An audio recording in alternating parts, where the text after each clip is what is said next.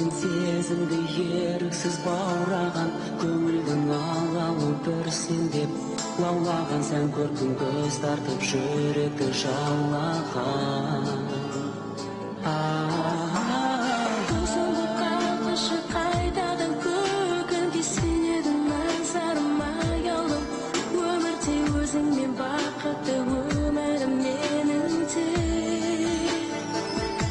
Саған күнәрімді көрген, саздан мені сырменен жетем жаным, сен едің аңсаған арманым, шуақты арайлы таңдарым, өзіңе осы әнімді арнадым жаным.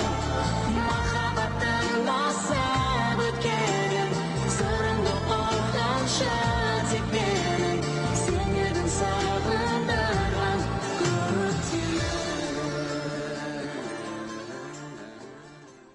Мәдиді ауруханадан шығарған. Оны үйіне алып келгенде Айдана. Жұлдыз бен Айдар әлі Италияда. Айдана құрбысы Жұлдызға бар жағдайды айтуға ұмтылған, бірақ бәріне кедергі болып жүрген Айдар. Жаназар енді Қалиханның шаруашылығын өзі басқаруды көздейді. Мәди ішімдікке салына бастады. Оған Айдана араша болып жүр. Шетелден келген Айдар Мәдидің тірі екенін енді естіді.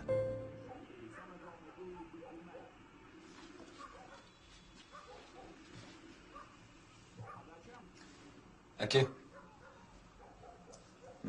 ақшам таусып қалды, ақша бересіз бе? Ертең мейрамға ақша керек. Қандай мейрам? 14 жаққа. Ғашықтар күні. Ақшаны дұрыс тапсырсаңшы, оң-солды шаша бердім. Өткенде ғана бердім. Ой, әке, енді мен елдің балалары сияқты ақшаны шашып жүрген жоқ қой. Түйе бір миллион теңге беріп қойғандай. Ақша болған соң жұмсалады. Көзіңді ашып жұмса. Ақшада сен мені сатып жіберетін түрің бар осы. Мен алдап жүрсің бе? Шыныңды айтшы. Түсінбедім. Алдаған несі? Отырмын.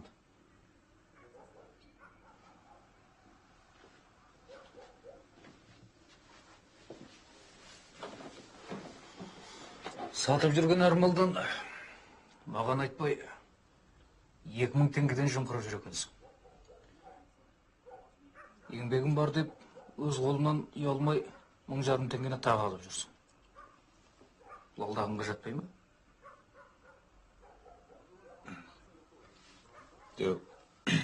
Әке, енді бұл айла ғой? Иә, сіз өзіңіз айтып жүрдіңіз ғой. Ақша жүрген жерде туысқандық жүрмейді деп.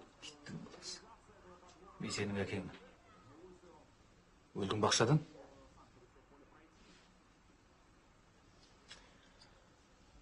Ашуланбаңшы екен. Сіз де жас болдыңыз ғой. Қыз қырқын, мейрамхана дегенде соның барын өзіңіз білесіз ғой әкем. Сен Жұлдызды ойла. Ойлағанда несі бар? Жүр ғой басында. Жүрсін. Бірақ айырылып қалып жүрме. Мейрамхана қыздар деп жүргенде біреу қақып кетіп жүрмесін. Ешкімде қақпайды оны, әке. Оның үшін ол басқа жігіттерді ойлайтындай жағдайда жүрген жоқ. Меніңше Мәдиді ұмыта алмай жүрген сияқты. Ұмытылмаса ұмыт тұр. Көңілін аула. Сол үшін айтып отырмын мен саған.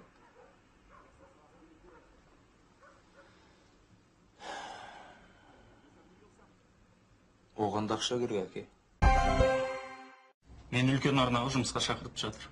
Лауазымды қызмет береміз дейді. Құтты болсын. Құпия болмаса қандай қызмет? Әзірше оны құпия деп санайық, уақыты келгенде білерсің. Ең бастысы, мен ол жерге барсам, өзімнің кәсібилігімді дәлелдеуім керек.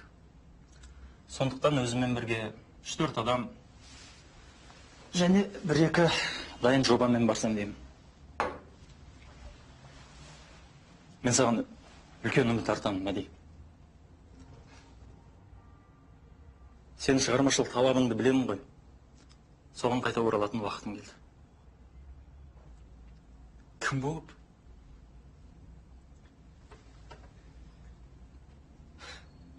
Мүгедек тележурналист кімге керек? Қателесесің. Телевидение саған футбол емес. Ол жерге бас керек. Сенің қолыңнан келетін жұмыс па? Солай емес пе? Жалпы сенен жаңа жобалар күтемін. Қазір арнаға сараптамалық бағдарламалар жетіспей жатыр. Ойланып пысықтауға 1-2 апта жететін шығар. Одан артық уақыт бере алмаймын. Тездетуіміз керек.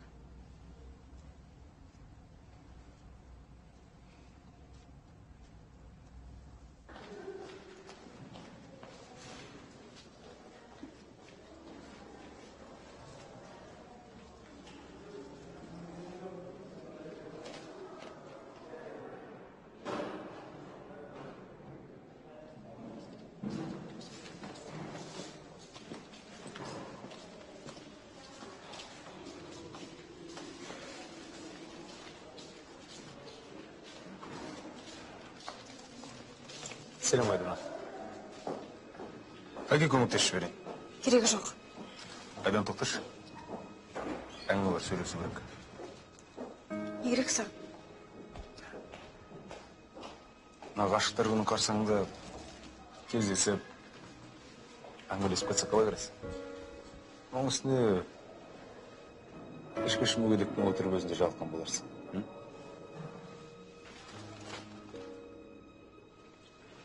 Ол ішкіш емес, есін дұрыс адам. Ұқтың ба? Жарайды. Мен ше? Мен де адаммын. Сен? Қателесесің.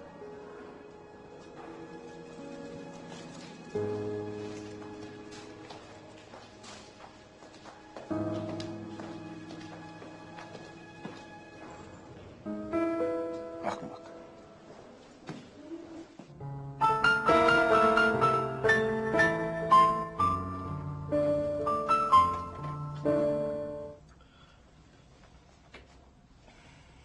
Жаңа жоба. Телевидение. Надыр менен қалай барам? Мәди, барып демалсаң, орныңды дайындайын. Менің ұйқым келген жоқ. Ұйқыңның бұзылып жүргенін білем. Неге сонша уайымға салына бересің? Сенің ондай шаруаң болмасын. Сен маған ақыл айтпай ақ қойшы. Өзің демала бер. Мәди, өтінем, ішпеші. Ішем бе, ішпейм бе, мен өзім білем. Менің өміріме араласпа.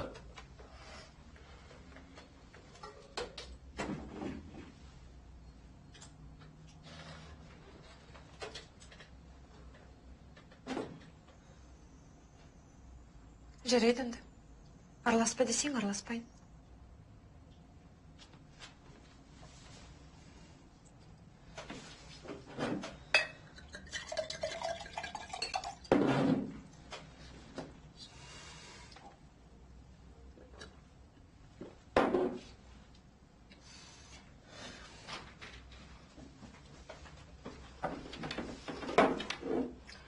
Бұдан бұлай сен де менің өміріме араласушы болма. Сен ішсең, мен де ішем. Сен шын айтып тұрсың ба? Мен неге өтірік айту керек? Бірақ есіңде болсын. Мына шараптан мен уланатын болсам, оған сен кінәлі боласың. Айдана, қойшы! Айдана, қойшы!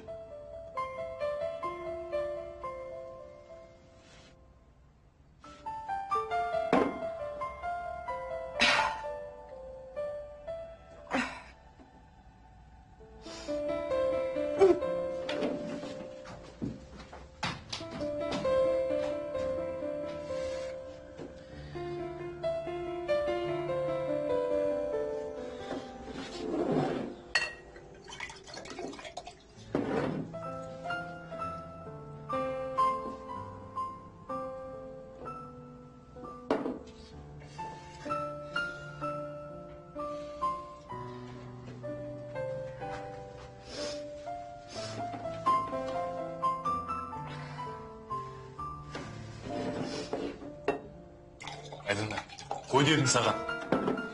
Тоқтат! Тоқтатпайым. Ішіп жүрген сенен менің қай жерім кеп? Сен ішпейсің бе? Не болды?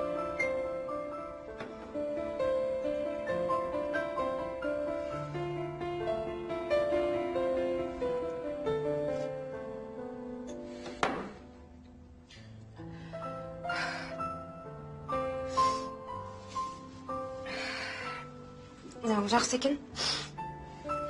Жоқ, Айдана, мынау жаман. Ішімдік жақсылыққа апармайды. Кім болса да. Онда неге ішесің?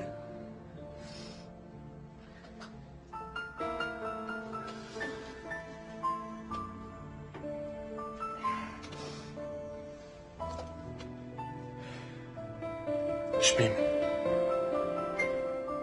Болды, мен ішпеймін.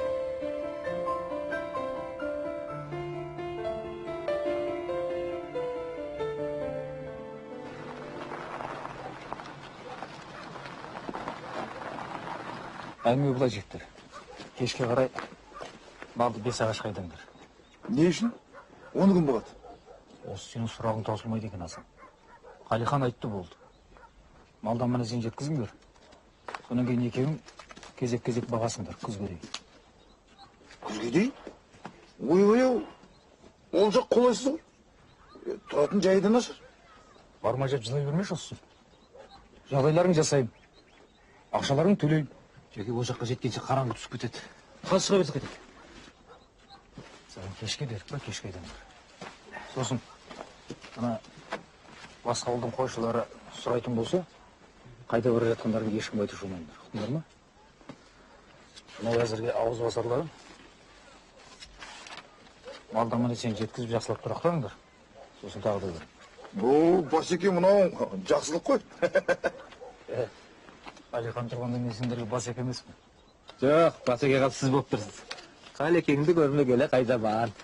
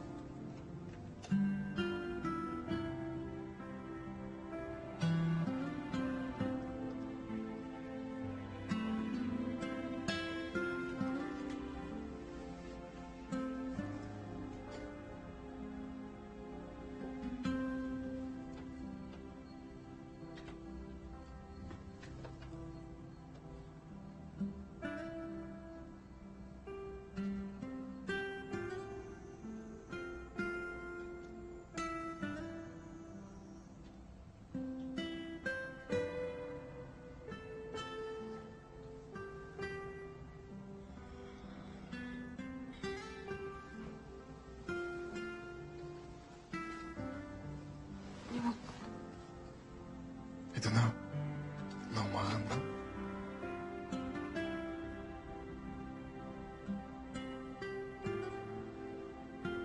Иә, саған.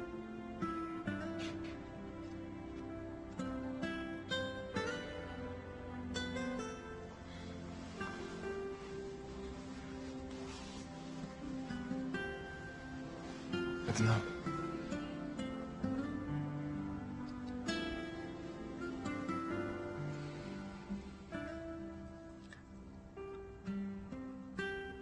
Кешір мені.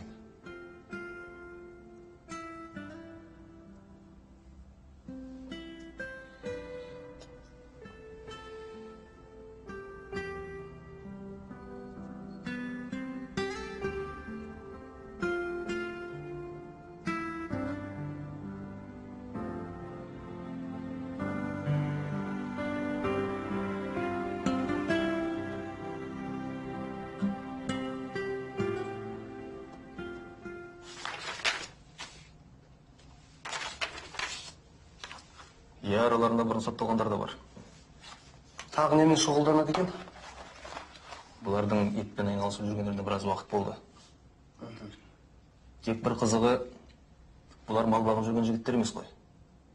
Демек, барымташылар бар деген сөз. Немесе мен ойлаймын, бұлар мал басын өте арзан бағамен алатын жерлер бар. Жақында бәрі анықталады.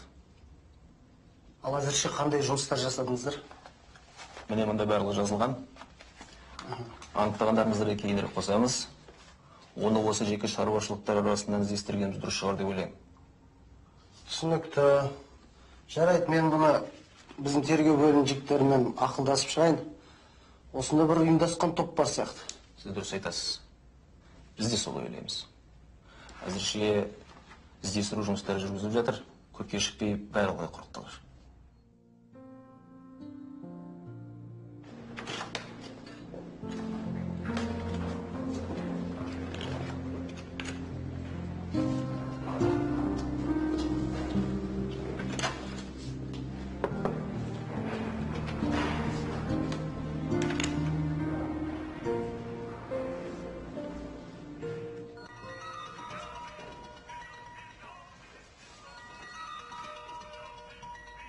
Алло? Я қызым, қалың қалай? Жақсы. Сізге айтатын бір әңгімем бар. Айта ғой жаным, тыңдап тұрмын. Мені үйге кіргізбей қоймайсыз ба? Саған не болды, Айдана? Мен не үшін сені қуғым керек? Жаман әңгіме болмаса болды, солай ма? Білмеймін. Не дейсің? Мам. Ау. Мам.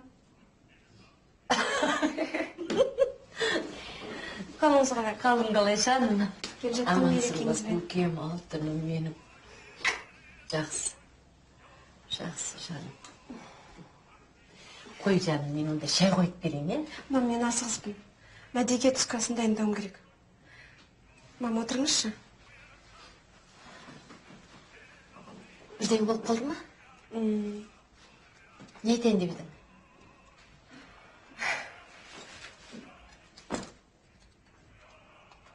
Мен... Не болды? Мәдеге бірдеңе болды ма? Мам. Мен бүгін дәрігерге бардым. Не үшін? Бір жерің ауырып қалды ма? Не болды жаным? Менің еш жерім ауырып тұрған жоқ. Е?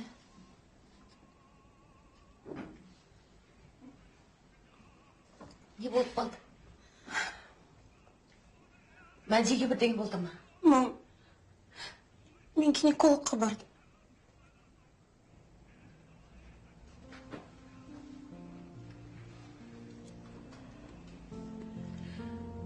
Гинекологқа? Не үшін?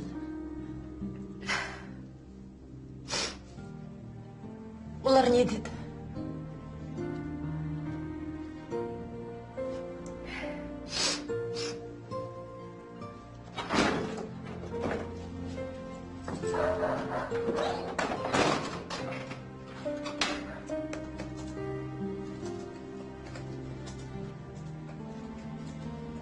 Сәлем. Сәлем. Мен келдім. Иә, көріп тұрмын келгеніңді. Мәди, бүгін бізде ерекше күн. Несімен ерекше? Түсінбедім. Мен бүгін дәрігерге қаралдым. Гинекологқа. Иә, саған.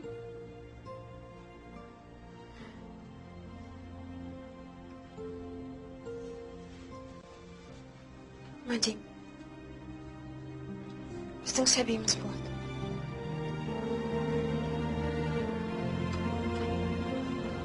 Тоқта, сонда... Иә, Мәди, мен жүктімін. Сен қалжыңдап тұрған жоқсың ба? Ондай нәрсемен қалжыңдауға болмайды. Сен мұндай жаңалықты күтпедің бе? Жоқ, әрине, мен бұл туралы ойламаппын да. Мен енді не істейін, Мәди? Білмеймін, мен ойлануым керек. Ойлан. Қарның ашқан шығар, мен тамақ дайындайын. Айдана, бұл жаңалықты дәрігерден басқа ешкім білмей ме? Мамам біледі. Мен мамамнан ештеңе жасыра алмаймын.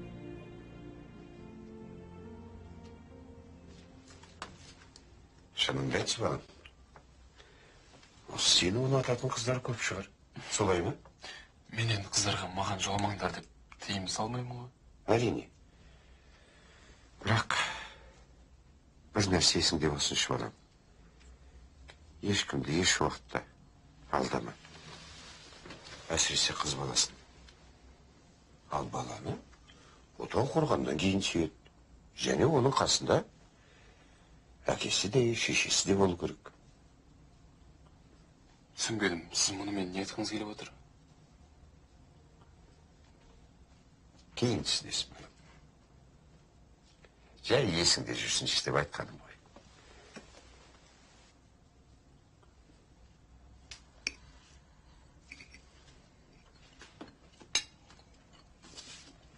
Мамаң не деп айтты? Ол кісі мені түсінеді.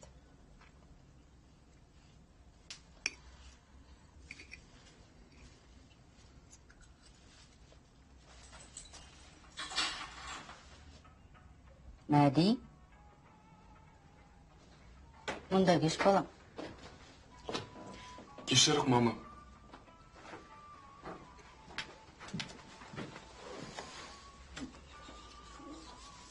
Сәл ұйықтамағансыз ба? Сен сағаттың неше болғанын білесің бе? Мама, мен кішкентай бала емеспін ғой. Мен үшін сен әлі баласың ғой. Есейдім деп бет алды қыдыра берудің қажеті жоқ.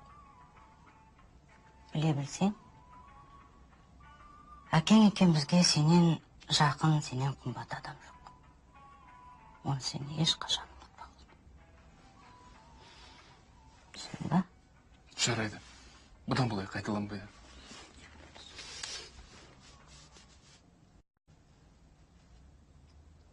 Мәди?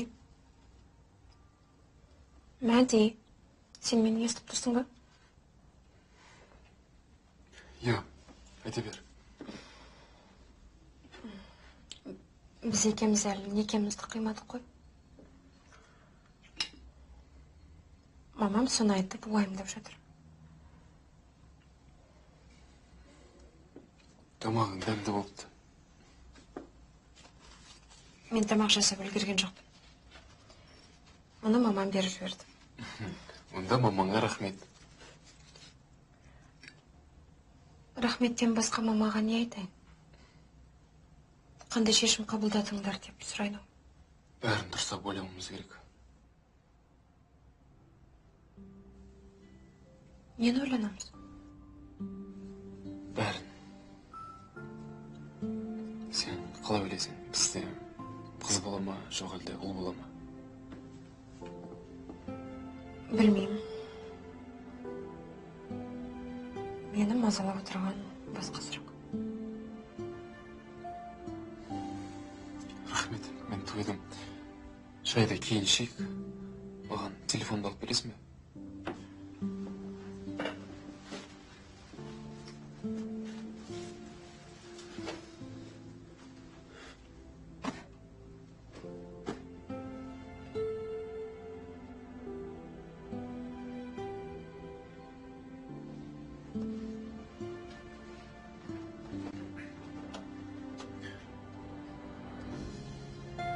Алло, саламатсыз ба, Жан апай?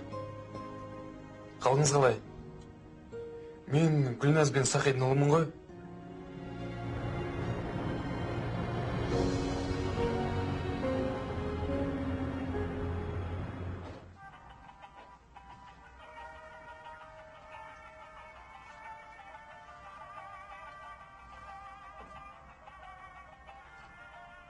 Мәди? Сен нені ойланам дедің? Кел, қасыма тұршы.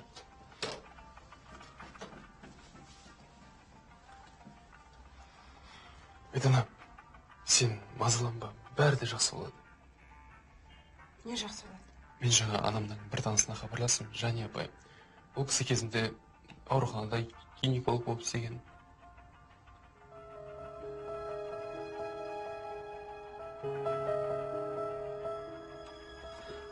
Айдана, қайда барасың? Мен баланы алдырмаймын.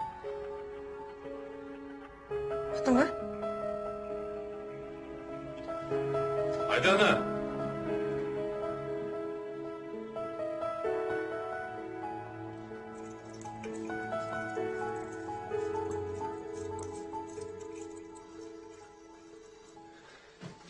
Айдана, Айдана, тұршы.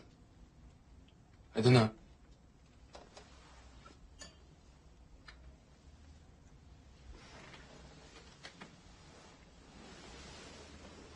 Не болып қалды? Айдана, бүгін де біз үшін ерекше күн. Дәрігерге бармаймын дедің осы.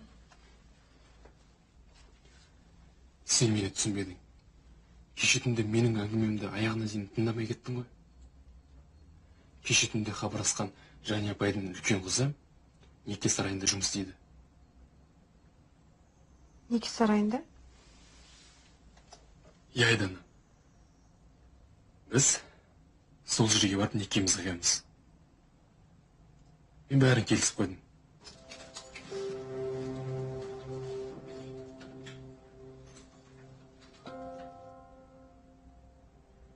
Қалайсың? Жақсы. Дәрігер шақырайын ба? Жоқ, қажеті жоқ. Тұр ғой әні. Дәрі дегенің жайнап. Жазылсам содан жазылар едім. Сен уайымдама.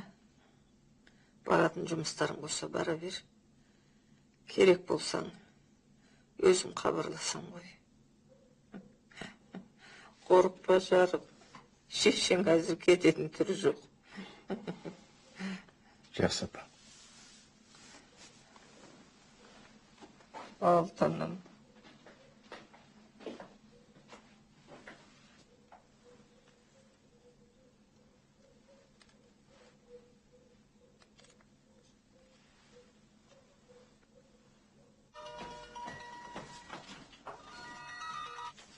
Алло? Шарипа мısın? Мен Зейнеп қой. Зейнеп апаман, сіз ба, қалыңыз қалай? Құдайға шүкір.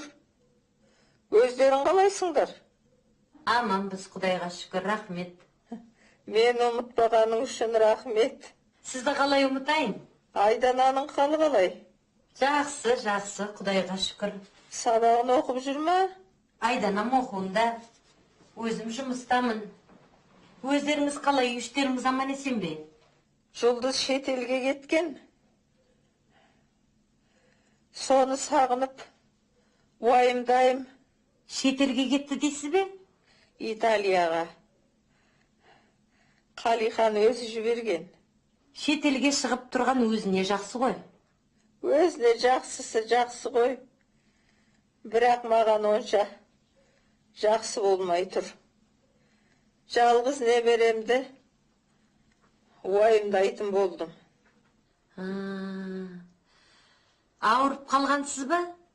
Дәрі-дәрмекпен көмектесейін. Дәрілерім бар. Өзің келіп, қонақ болып кетсеңші. Маған жасаған сыйлығың сол болсын. Жақында маған демалыс береді. Сонда барып қайтамын ғой. Сау болайын алайын, кездескенше. Шаршадың ба? Арбадағы отырған адам шаршаушы еді. Сен шаршаған шығарсың? Жоқ, мен де шаршаған жоқ. Мен қазір барып шай дайындайын.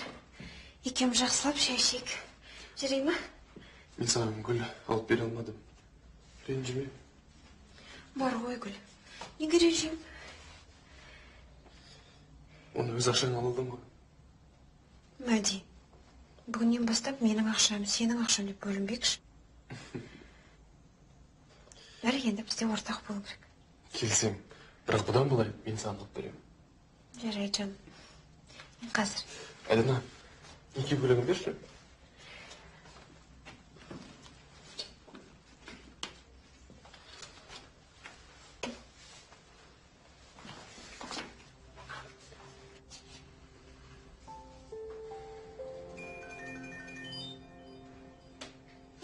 Айдана, телефон.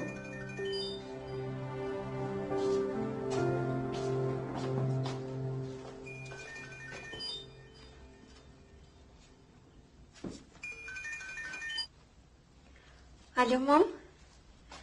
Қалыңыз қалай? Иә, жақсы. Бәрі жақсы. Бізге келмейсіз бе? Айтар, жаңалығымыз бар. Иә, күтеміз. Иә, уақытта зымырап өтіп жатыр. Енді ең бастысы екеуіңнің бақыттарың. Бір-біріңді сыйлап, құрметтеп, бағалап жүріңдер. Рахмет. Рахмет, мам. Зейнеп апа хабарласқан. Келесі айдың аяғында демалысқа шықсам, барып қайтамын.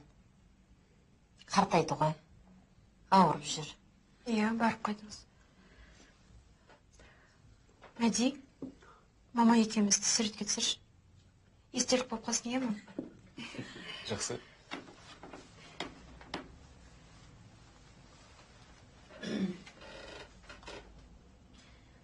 Екеуміз көп болды ғой түспегенімізге, мам.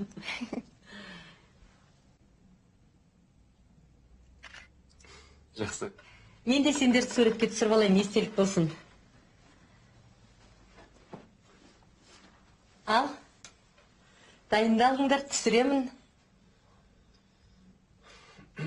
Күліңдер. Тағы да.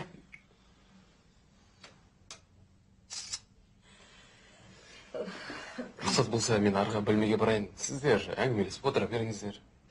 Жарайды.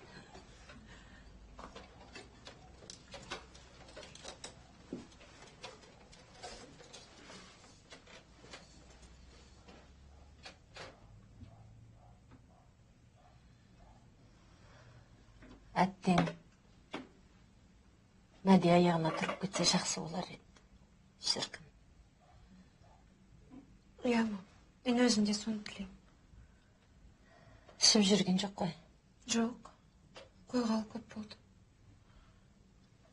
Уәдесін берді ішпейді. Дұрыс. Енді өздеріңді ойлаңдар. Шамам келгенше көмектесіп тұрам. Рахмет. Жақында сәбилі боласың, өзіңді күт. Уайымдамаңыз, мам.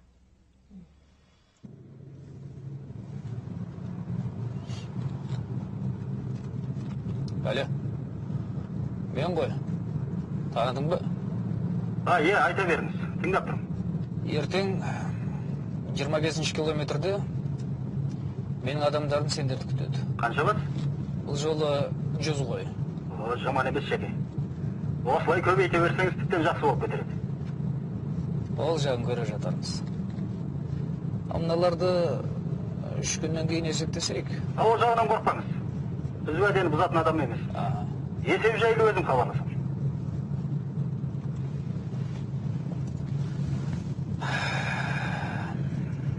Қабаттығын аян. Әрі қаранда осы көрім керек бұд. Осыдан бір ай бұрын ауырып жүрмін деп едіңіз. Иә, қазір жақсымын, Құдайға шүкір. Жұлдыз кеткелі Қалекеңнің де көңіл күй болмай жүрген шығар. Жұлдыз кеткелі 10 шақтай болып қалды ғой. Маған білдірмейді.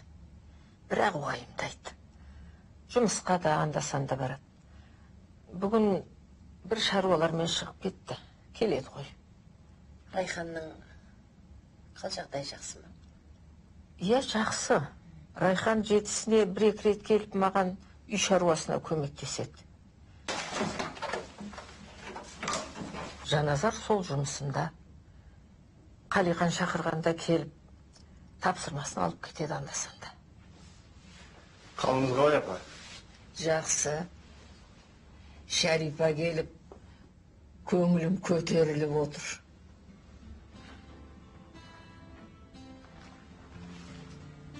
Амансыз ба, Қалеке? Жақсы.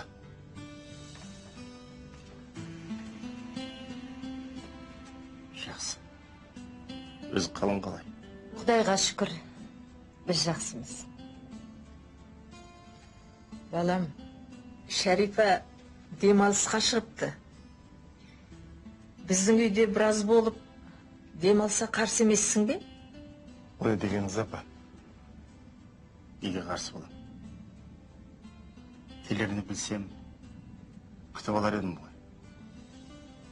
Егер де хабарласпадым. Рахмет, автобус жүріп тұр ғой. Жақсы. Кел, отыр, дастарханға. Әрине апа, Шәрипа күнде келіп жатқан жоқ қой. Мен қолым жуып келдім. Шәрипа, сенің келгенің қандай жақсы болды. Ана Қалиханның да көңілі көтеріліп қалды.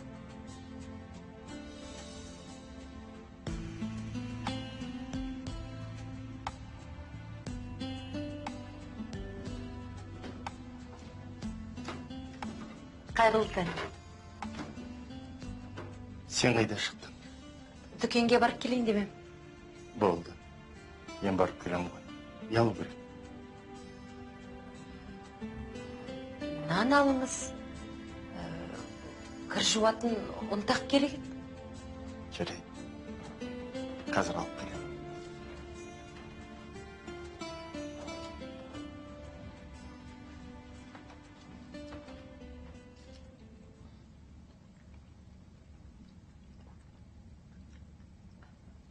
Шайға рахмет. Мен жұмысқа барып қайтайын. Бара ғой.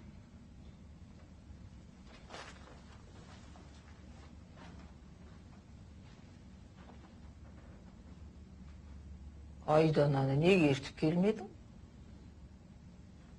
Ол қыз келе алмайды, апа. Неге?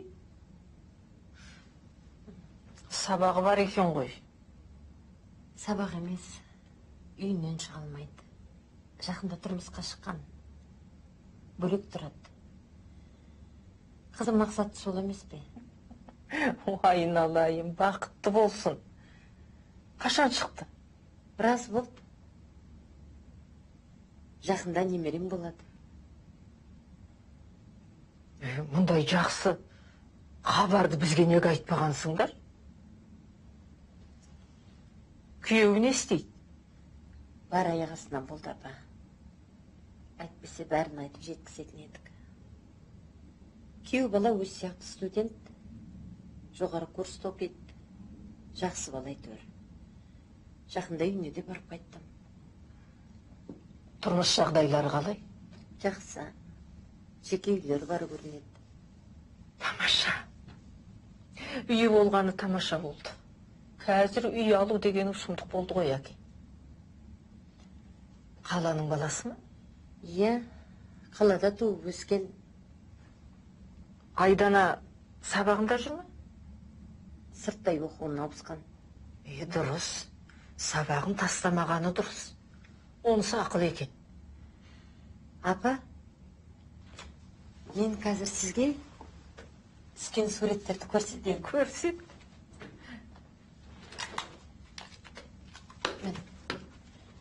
Қай? Үйлеріне барғанда күйеуі мен екеуінің суретін түсіріп алғам. Естелік болсын деп.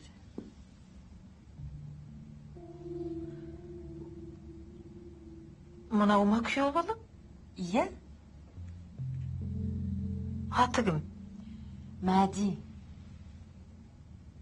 Мәди? Мүмкін емес. Жоқ, мынау... Апа, сізге не болды? Шынында да мынау Мәди. Жоқ, Шәрипа. Сіз бұл жігітті танушы ма едіңіз? Шәрипа, мына Мәдиді бізге қайтыс болды деп хабарлаған.